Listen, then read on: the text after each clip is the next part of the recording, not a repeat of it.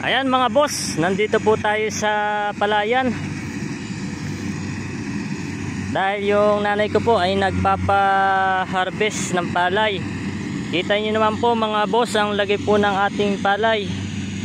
Dapa po dahil sa nagdaang bagyo. Talagang kawawa po ngayon ang mga magsasaka.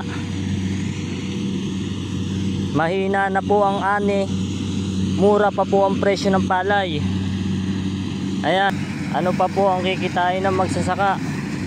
Wala na po silang kikitain, lugi pa.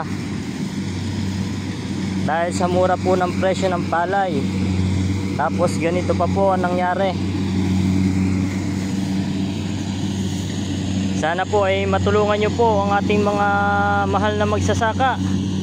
Dahil sa kanila po nakasalalay ang ating kinakain sa hapagkainan. Huwag po natin hintayin na wala nang magsaka. Dahil tayo rin po maapektuhan. Aasa na lang po tayo sa ibang bansa. Ayan po. Mag-i-import na lang po tayo. Huwag po natin hintayin na ganun ang mangyari.